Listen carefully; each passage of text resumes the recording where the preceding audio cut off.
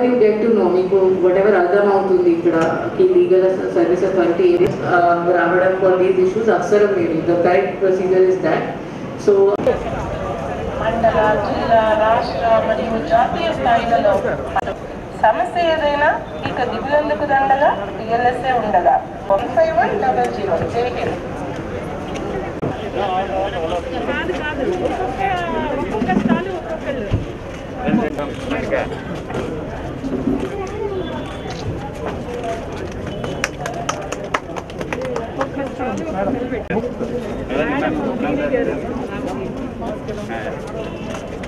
Sir ఒక్కసారి visit చేయండి sir. Madam please explain.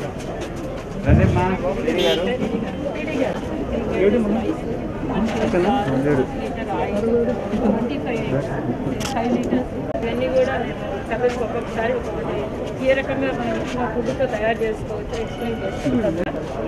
మంచి తీసుకుంటాం టీహెచ్ఆర్ అంటే ఇస్తే వాళ్ళు అంటే అందుకోసం extra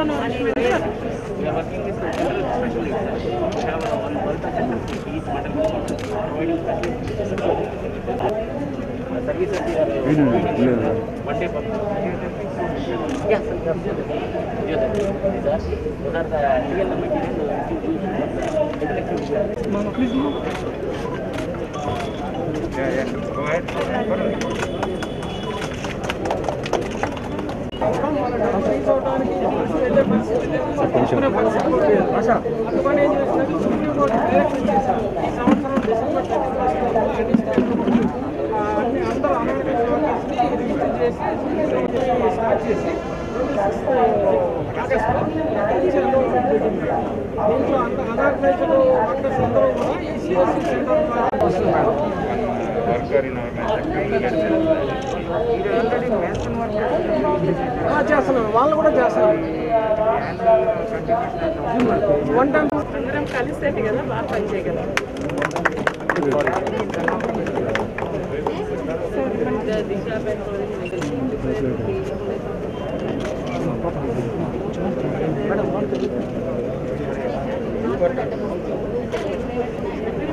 How many we have? In the database of You've already registered.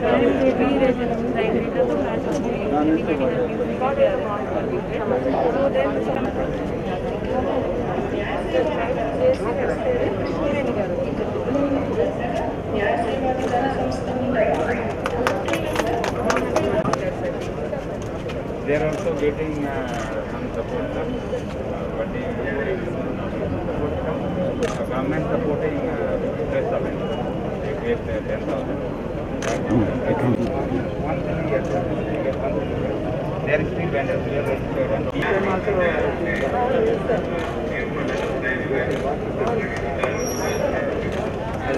Medical.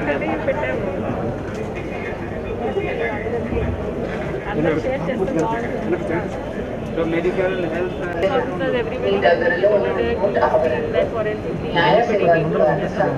and over here in the privacy you can examine the victim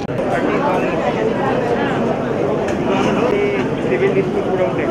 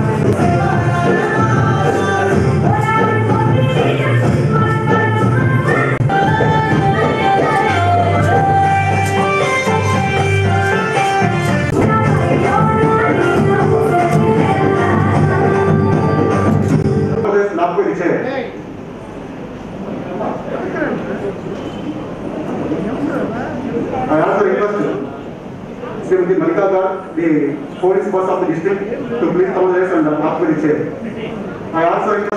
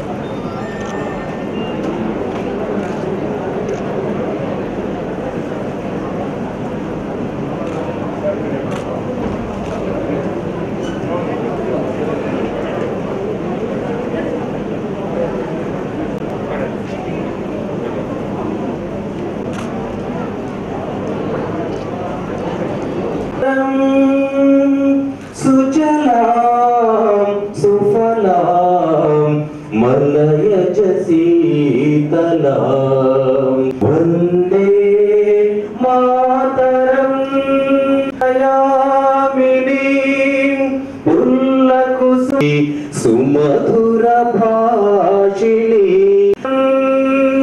वन्दे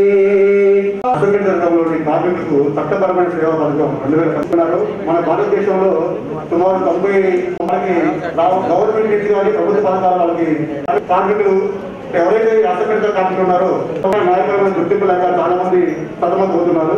ఈ యొక్క దాన్ని గమనించిన గౌరవ సుప్రీంకోర్టు వారు నల్సా వారు ఈ అసంఘటిత రంగంలోని కార్మికులకు చట్టపరమైన సేవా పథకం 2015 తీసుకోవడం జరిగింది.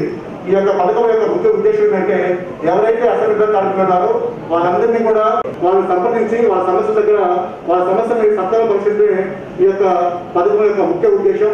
ఏదైతే ఆర్టికల్ 21 ప్రకారం మన భారత రాజ్యాంగం ఆర్టికల్ 21 ప్రకారం ప్రతి ఒక్క పౌరుడికి కూడా గౌరవంగా స్వేచ్ఛగా బతికే హక్కు ఉంది. ఆ హక్కు ఆర్టికల్ 42 ఆర్టికల్ 43 కూడా కార్మికుల కోసం చాలా ఏర్పాటు చేయడం జరిగింది. నిజంగా ఈ యొక్క గవర్నమెంట్ పథకాలు ప్రతి ఒక్క అసంఘటిత కార్మికులు చేరినప్పుడే మన దేశం ముందుకు పురోగతి సాధిస్తుంది. కాబట్టి ఇప్పుడు ఈ రోజు ఉన్న గెస్ట్ అందరూ కూడా ఎక్కువ మంది కార్మికులు ఉన్నారు కాబట్టి వాళ్ళందరూ కూడా గెస్ట్ చెప్పే మంచి పాయింట్స్ నేను తప్పకుండా ఎవరైతే ప్రభుత్వం నుంచి వాళ్ళకి పథకాలు అందట్లేదు, ఎవరైతే ఆరోగ్య సమస్యలతో బాధపడుతున్నారో గవర్నమెంట్ అనేక పథకాలు ఉన్నాయి కాబట్టి తప్పనిసరిగా వాళ్ళు తమ సమస్యల్ని అర్జీలో ఇస్తే వాళ్ళందరికీ కూడా చక్కటి పరిష్కారం కూడా లభిస్తుందని నమస్కారం తెలియజేస్తున్నాను. ఈరోజు ప్రధానమంత్రి గారికి, జిల్లా కలెక్టర్ గారికి, జిల్లా ఎస్పీ గారికి మా Now I request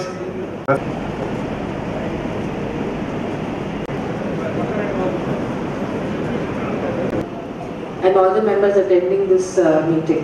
Andariki namaskaram andi. DLSA, NLSA, DLSA, MLSA చాలా important wings of the justice system. As నా ఎక్స్పీరియన్స్ బట్టి నేను చెప్తున్నాను. As police officers చాలా మంది petitioners మా దగ్గర వస్తున్నారు ప్రతిరోజు. From disputes regarding land matters, dispute regarding money dispute, చాలా టైప్ disputes తో తీసుకొని వస్తున్నారు. But what we have noticed is that most of these disputes, they are not criminal issues. Adi akada police interference is actually technically not permissible, but because of unawareness ki valki this legal service authority gurinchi teliyadu dan valla or in hope of getting some quick justice ki police vallu pilichi maatladtaru matter settle chestaru. With that hope, due to unawareness and due to this hope of getting some quick justice, వాళ్ళు police దగ్గర వస్తున్నారు. ప్రతి Monday మనం స్పందన programme చేస్తున్నాము మేము through out the district in all the offices including head quarter. More than 100-150 persons ప్రతిసారి వస్తున్నారు. But we find that almost 25-30% of the people are having disputes where police cannot interfere. So thankfully madam interference wala, madam assistance wala manam oka DLSA legal service help కోసం ఒక desk కూడా స్పందన ప్రోగ్రామ్లో ఏర్పాటు చేశాము. Because of that it is very very helpful to us ma'am. Thank you so much for that.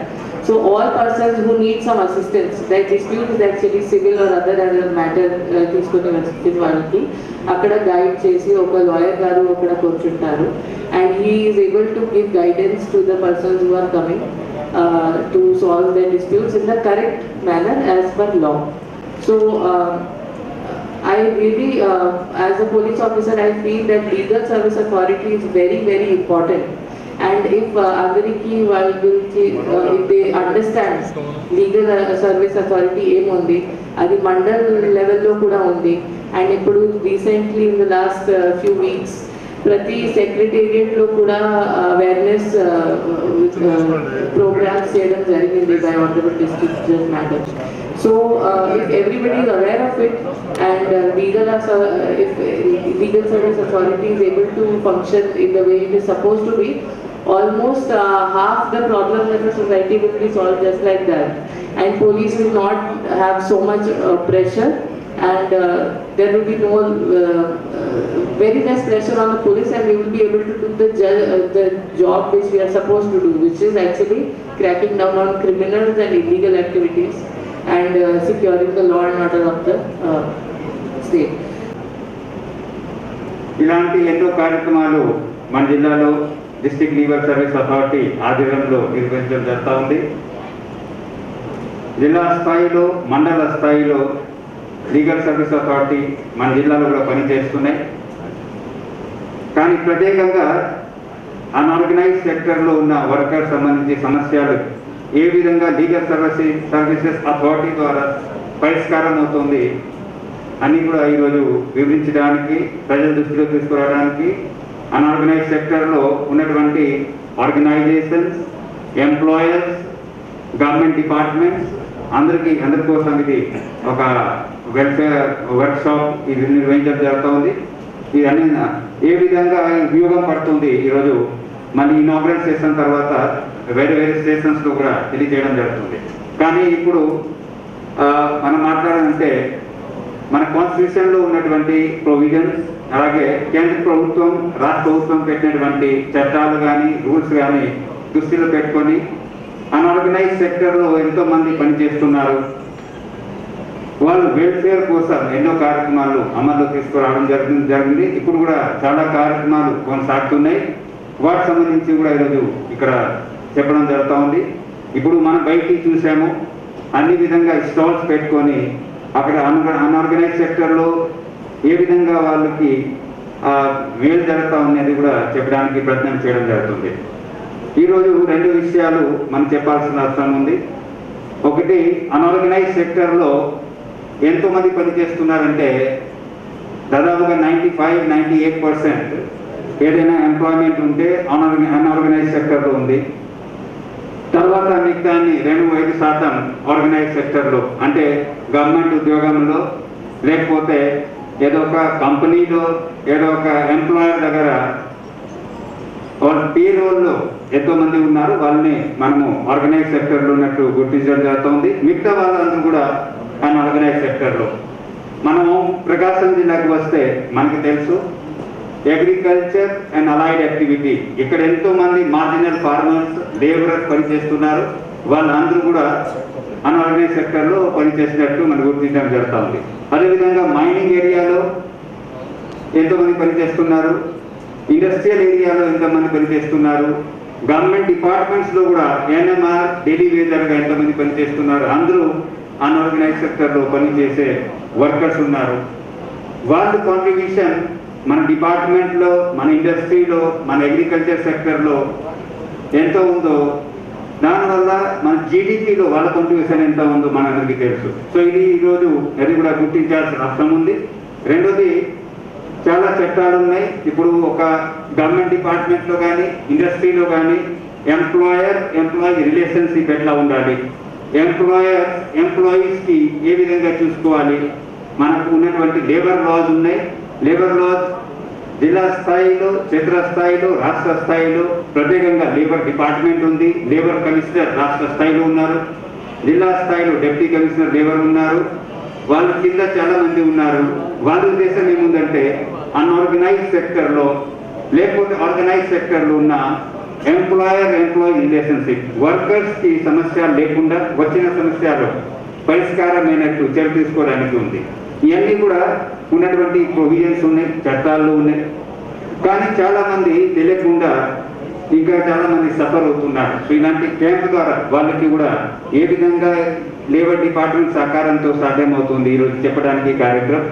రెండోది unorganised సెక్టర్లో workers గురించి ఏదైనా చేయాలంటే ముందు మనకు తెలవాలి. మన జిల్లాలో ఎంతమంది ఉన్నారు, మన రాష్ట్రంలో ఎంతమంది ఉన్నారు, మన దేశంలో ఎంతమంది ఉన్నారు, ఉంటే ఏ ట్రేడ్లో ఎంతమంది ఉన్నారు, ఏ సెక్టర్లో ఎంతమంది ఉన్నారు. మనకు తెలియకపోతే వాళ్ళ కోసం పాలసీ కానీ చట్టాలు కానీ రూల్స్ కానీ రాష్ట్ర స్థాయిలో కానీ కేంద్ర స్థాయిలో కానీ చేయడానికి సాధ్యం కాదు. కాబట్టి మనం ఎందుకు చూసి ఉన్నాం, కోవిడ్ సమయంలో మనం చూసాము, సౌత్ ఇండియా నుంచి నార్త్ ఇండియా, వెస్ట్ ఇండియా నుంచి ఈస్ట్ ఇండియా, అంటే workers migration, out migration, in మైగ్రేషన్లో ఎంతమంది సఫర్ అయినారు.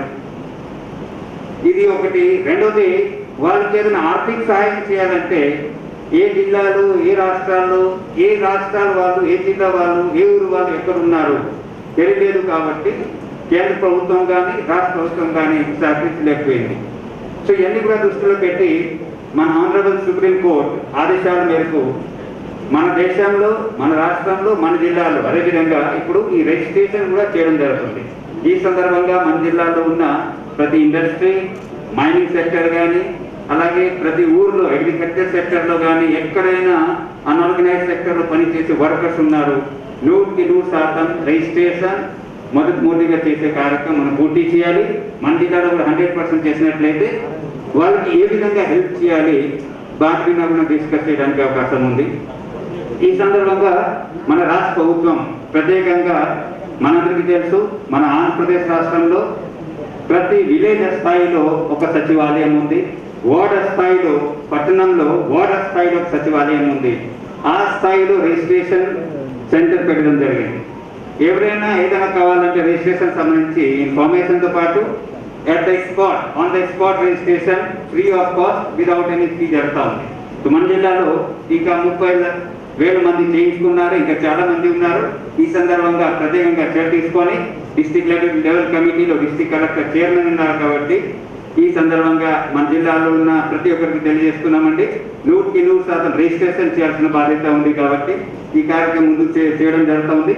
అన్ఆర్గనైజ్ సెక్టర్లో కూడా ఎవరు ఉన్నారు, ఏ సెక్టర్ వాళ్ళు రిజిస్ట్రేషన్ చేయాలి చాలా మందికి తెలియట్లేదు. ఇవన్నీ కూడా సచివాలయం ఆ స్థాయిలో ఉంచుకోవడం జరిగింది.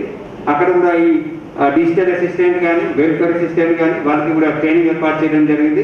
వాళ్ళు కూడా ఈ సర్వీసెస్ తీసుకుంటే చాలా వరకు మనకి రిజిస్ట్రేషన్ పూర్తి అవుతుంది. దెన్ వాళ్ళకి వచ్చే ఏదైనా సహాయం ఉంటే ఆర్థిక సహాయం కానీ అది కూడా అవుతుంది. అలాగే ఇలాంటి లీగల్ సర్వీసెస్, లీగల్ ఎయిడ్ కూడా కావాలంటే చేయడం జరుగుతుంది. కరోనా ప్రపంచానంతటినీ అతలాకుతలం చేసిన విషయం అందరికి తెలిసిందే. సవాళ్ళు ఎదురైతే ఎదురవని, సమస్యలు వస్తే రాని, ఓటమి తలుపు తట్టే తట్టని, నిలుద్దాం, పోరాడుదాం, గెలుద్దాం అన్న స్వామి వివేకానంద స్ఫూర్తితో మనోనిపరంగా నడవలసిన సమయం ఇది. మన జాతీయ న్యాయ సేవాధికార సంస్థ న్యూఢిల్లీ వారు అసంఘటిత కార్మికుల కోసం 2015లో ఒక పథకం చేసి ఆ సేవా బాధ్యతను డిఎల్ఎస్ఏలపై ఉంచడం జరిగింది. డిఎల్ఎస్ఏ అంటే జిల్లా న్యాయ సేవాధికార సంస్థ. మాపై ఆ బాధ్యత ఉంచారు. హిందువులకు భగవద్గీత, క్రిస్టియన్స్కి బైబిల్, అలాగే ముస్లిమ్స్కి ఖురాన్, ఇవి ఎంత పవిత్ర గ్రంథాలు. అలాగే భారతీయులందరికీ మరియు భారతదేశంలో నివసించే ప్రజలందరికీ పవిత్ర గ్రంథం మన రాజ్యాంగం. ఈ రాజ్యాంగం మన కోసం మనమే రచించుకొని మనకే అంకితం ఇచ్చుకున్నాం. అయితే ఈ రాజ్యాంగం ఏం చెప్తోంది? అది మొట్టమొదటిగా ఏం చెప్తుందంటే rule of law. Rule of law అది సుప్రీమసీ ఆఫ్ ది కాన్స్టిట్యూషన్. రాజ్యాంగమే అత్యుత్తమమైనది. చట్టానికి ఎవ్వరూ అతీతులు కాదు. None is above law, irrespective of ఎవరు ఏ స్థాయిలో ఉన్నప్పటికీ కూడా ఎవరైనా చట్టానికి లోబడి ఉండవలసిందే అనేది చెప్తుంది. ఈ రూల్ ఆఫ్ లా అనేది ఈ చట్టాలు రాజ్యాంగానికి అనుగుణంగా ఉండాలి అనేది, రాజ్యాంగ విరుద్ధంగా ఉండే చట్టాలు పనికిరావు అనేది మనకు ఆర్టికల్ 13 ఆఫ్ ఇండియన్ కాన్స్టిట్యూషన్ లో నిర్దిష్టంగా చెప్పడం జరిగింది. చాలా ఖచ్చితంగా చెప్పారు. సో చాలా సార్లు ఎప్పుడైతే చట్టాలు ఎవరు చేస్తారు, లెజిస్లేచర్ పని చట్టాలు చేయడం.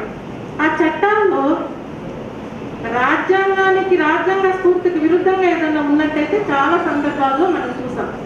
అవి సుప్రీంకోర్టు వారు, ఆనరబుల్ సుప్రీంకోర్టు వారు ఆ చట్టాలు చల్లనేరవు అని కొట్టివేయడం మనం చాలా చూసాం.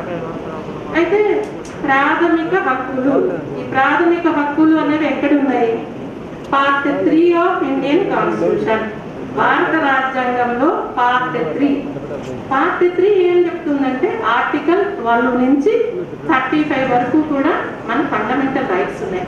అవి ఒక ఈక్వాలిటీకి సంబంధించి, ఫ్రీడమ్కి సంబంధించి, అలాగే శ్రమ దోపిడీ చేయకూడదు అంటే ఇక్కడ మనం టచ్ చేస్తున్నాం ఆర్టికల్ 23 and 24. అలాగే మనకు కావాల్సిన మతాన్ని మనం ఆచరించుకోవచ్చు, మనకు కావాల్సిన కల్చర్ మనం పాటించుకోవచ్చు, అలాగే చదువుకోవడం అది కూడా ఒక హక్కు. కాన్స్టిట్యూషనల్ రెమెడీస్ అంటే ఇక్కడ ఎవరికైనా సరే ఈ ప్రాథమిక హక్కుల్లో భంగం కలిగినట్లయితే లా ఎంత గొప్పదంటే ఒక చిన్న పోస్ట్ కార్డు ముక్క గౌరవ సుప్రీంకోర్టు వారికి రాసినట్లయితే దాన్ని రిట్గా స్వీకరించి ఆర్టికల్ 32 ఆఫ్ కాన్స్టిట్యూషన్ కింద వారి యొక్క బాధని ఆన్సర్ చేస్తారు. ఆన్సర్ చేశారు. అది ఆర్టికల్ 226 కింద ఆనరబుల్ హైకోర్ట్స్ వారు. ఈ రాజ్యాంగం మొత్తం మనము పరిశీలించినట్టయితే ప్రతి ఒక్కరూ పాటించవలసిన మొట్టమొదటి విషయం ఏంటంటే ఎవరిని అవమానించడానికి వీల్లేదు. అంటే ఇక్కడ రైట్ ఏముంది? లివ్ విత్ డిగ్నిటీ, పరువుగా బతికే హక్కు ఉంది, అందరికీ ఉంది. ఇది వీళ్ళు ఆడలేదు, మగలేదు, కులం లేదు, మతం లేదు, ఇతను ముద్దాయా, ఒక మర్డర్ కేసులో ఉన్నాడా, లేకపోతే ఇతను విక్టిమా అని లేదు. విక్టిమ్ అంటే బాధితులు, వాళ్ళని లేదు, ఎవరని లేదు, అందరికీ కూడా పరువుగా బతికే హక్కు ఉంది.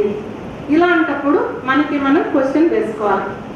ఇప్పుడు ఇందాక కలెక్టర్ గారు చెప్పారు, ఈ డొమెస్టిక్ వర్కర్స్, బిగ్ వర్కర్స్, అసలు వీళ్ళు ఎక్కడున్నారు, ఎంతమంది ఉన్నారు, అవన్నీ కూడా మనం తెలుసుకున్నప్పుడే వాళ్ళని మనం రీచ్ అవ్వగలుగుతాం, వాళ్ళ సమస్యలు తీర్చగలుగుతాం. డొమెస్టిక్ వర్కర్స్ చాలా సార్లు ఎక్స్ప్లాయిటేషన్ గురవుతూ ఉంటారు. ఒక సెలవు ఇవ్వడానికి ఎవరు ఇష్టపడరు, గౌరవంగా చూడడానికి ఇష్టపడరు. ఒక్క క్వశ్చన్ మనకి మనం వేసుకుంటే, ఈరోజు నేను ఇలాంటి చీర కట్టుకొని ఈ మీటింగ్కి వచ్చాను అంటే నాకు ఈ చీర ఈ విధంగా తయారు చేసిన డొమెస్టిక్ వర్కర్కి ఖచ్చితంగా నేను ధన్యవాదాలు చెప్పాలి, ఖచ్చితంగా చెప్పాలి. ఈరోజు 9 గంటలకల్లా నేను ఈ ప్రోగ్రామ్కి ఇంట్లో నుంచి రెడీ కారెక్కాను అంటే నాకు ఇంట్లో నేను స్వయంగా నా కుటుంబానికి చేసుకోవాల్సిన పనులని నాకు ఎవరో ఒకరు సహాయం అందించారు. సో వాళ్ళకి నేను గౌరవంగా చూడాల్సిన బాధ్యత నాకుంది. అందరికీ సమాజంలో అంతే. ఆ యొక్క విలువ ఇందాక మనం థాట్ ఆఫ్ ది డేలో చెప్పాం. కష్టం అనేది లేకుండా without labour nothing will prospers. ఆ శ్రమ అనేది లేకుండా ఏది కూడా ఒక అభివృద్ధి అనేది జరగదు. అలాగే మనం ఆర్టికల్ 19(1)(c) ఇప్పుడు మనకు ట్రేడ్ యూనియన్స్ ఉన్నాయి. ఈరోజు మీటింగ్లో నాయకులు వచ్చారు. వీళ్ళు ఎక్కడి నుంచి ఏర్పడ్డారు, వీళ్ళకి రాజ్యాంగ భద్రత ఏంటి అని అంటే మనుషులు ఒక యూనియన్గా, అసోసియేషన్గా వాళ్ళు చేరొచ్చు అనేది మనకు ఆర్టికల్ 19(1)(c)లో ఇచ్చి ఉన్నారు. ఈ జిల్లాలో ఈ న్యాయ సేవలు, లీగల్ సర్వీసెస్ బాగా అమలవుతున్నాయి అనే దానికి ఉదాహరణ జిల్లా కలెక్టర్ గారు జిల్లా జడ్జి గారు, జిల్లా సూపరింటెండెంట్ ఆఫ్ పోలీస్ గారు ముగ్గురు ఒక వేదికపై నుండి ఈ కార్యక్రమానికి హాజరయ్యారంటే దాన్ని బట్టి మనం వారిద్దరు కూడా జిల్లా జడ్జి గారు ఎటు ఇన్వాల్వ్ కావాలి లీగల్ సర్వీసెస్, వారిద్దరు కూడా ఎంత ఇంట్రెస్ట్గా జిల్లా జడ్జి గారు అడిగారు కాబట్టి వచ్చారని మనం అనుకోకూడదు. వాళ్ళకు కూడా లీగల్ సర్వీస్ పట్ల ఆసక్తి, అవి ఇంప్లిమెంట్ కావాలి, ప్రజలకు చేరువుగా వెళ్ళాలి లీగల్ సర్వీసెస్ అని ఆ తృష్ణ ఉండబట్టే, ఆ ఇంట్రెస్ట్ ఆసక్తి అది ఉండబట్టే వాళ్ళు వచ్చారు. వాళ్ళు వచ్చిన దగ్గర నుంచి పోలీస్ అధికారులు కానీ వాళ్ళ ఫోన్లు కానీ ఏదో రకంగా వస్తానే ఉన్నాయి కాల్స్. కారణం ఏమంటే వాళ్ళ సర్వీసెస్ అక్కడ వాళ్ళ ఆఫీసులో కార్యాలయాల్లో అంత అవసరం, ప్రజలకు కానీ ఎవరికైనా కానీ వాళ్ళ అవసరం అంతుంది. అయినప్పటికీ కూడా వాళ్ళు అవి ఇగ్నోర్ చేసి మరి ఇక్కడ మీకోసం రావడం జరిగింది. వాళ్ళు ఏదో కారణం కూడా చెప్పొచ్చు, వాళ్ళు చెప్పాలనుకుంటే అవాయిడ్ చేయాలనుకుంటే ఏ కారణం అని చెప్పవచ్చు, ఇంకా ఎంతకంటే పబ్లిక్ ఇంట్రెస్ట్ బిజీగా ఉందనేది ఇంకో కారణం చెప్పి ఆగిపోవచ్చు. కానీ వారు ఆగలేదు. అయితే వాళ్ళకి తెలిసే ఉంటుంది, చట్టం ప్రకారం కూడా వాళ్ళ మీద వాళ్ళు డిస్ట్రిక్ట్ లీగల్ సర్వీస్ అథారిటీ బాడీలో మెంబర్స్, కలెక్టర్ గారు, ఎస్పీ గారు, చైర్పర్సన్ మన జిల్లా జడ్జి గారు అయితే ఆ బాడీలో కూడా వాళ్ళిద్దరు మెంబర్స్. ఆ దృష్ట్యా కూడా అది కూడా వాళ్ళు ఈ సర్వీసెస్ని ప్రజలకు తీసుకోవాలనే దాని మీద నాకు వాళ్ళలో అది కనిపించింది. సరే, ఇంక విషయానికి వస్తే జిల్లా జడ్జి గారు చెప్పినట్లు ఆర్టికల్ 39A రాజ్యాంగం ప్రకారం ఈక్వల్ జస్టిస్, సమాన్యాయం ప్రజలందరికీ ఇవ్వాలి, న్యాయం ఫ్రీగా ఇవ్వాలి అనేది ఆ ఆర్టికల్ రాజ్యాంగం చెప్తా ఉంది. అయితే చట్టాల్లో ఉన్న సెక్షన్లు, చట్టము ఏ చట్టమైనా మంచిగా చెప్తా ఉంటుంది. అవి ఇంప్లిమెంట్ అంటే అమలు ఎంతవరకు అవుతున్నాయి అనేది మనం ఉన్న ఈ వ్యవస్థల్లో ఉన్న వ్యక్తులు, అధికారులు,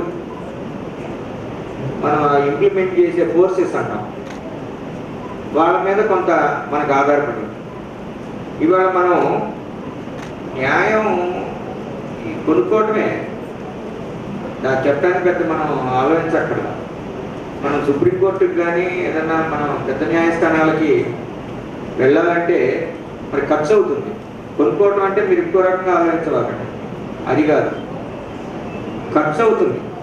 న్యాయవాదిని పెట్టుకోవాలి, దానికి కోర్టుకి ఫీజు కట్టాలి. చాలా సుప్రీంకోర్టు, హైకోర్టుకి వెళ్ళాలంటే చాలా శ్రమతో కూడుకున్న పని. ఇక్కడి నుంచి ఢిల్లీ దాకా పోవాలి, ఇవన్నీ ఉన్నాయి. అయితే మనకు మరి ఫ్రీ లీగల్ ఎయిడ్ దొరుకుతుందా అంటే,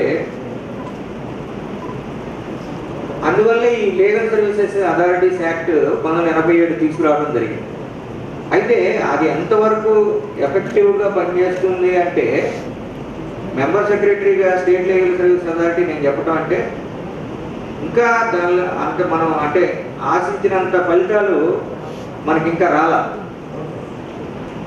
కొంతమేరకు జిల్లా పరిధిలో, కొంచెం రాష్ట్ర పరిధిలో ఇవన్నీ మనం సాధించుకోగలిగాము.